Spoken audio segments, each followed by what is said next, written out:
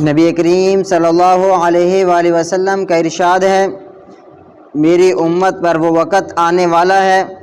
جب دوسری قومیں لقمہ تر سمجھ کر تم پر اس طرح ٹوٹ پڑیں گی جس طرح کھانے والے دسترخوان پر ٹوٹ پڑتے ہیں۔ کسی نے پوچھا، یا رسول اللہ صلی اللہ علیہ وآلہ وسلم، کیا اس زمانے میں ہماری تعداد اس قدر کم ہو جائے گی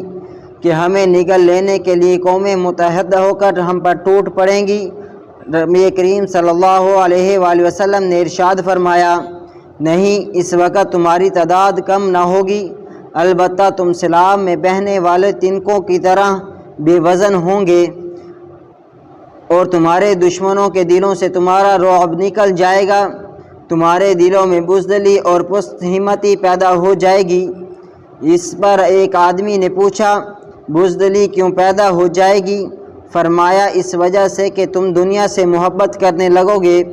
اور موت سے بھاگنے لگو گے اور نفرت کرنے لگو گے۔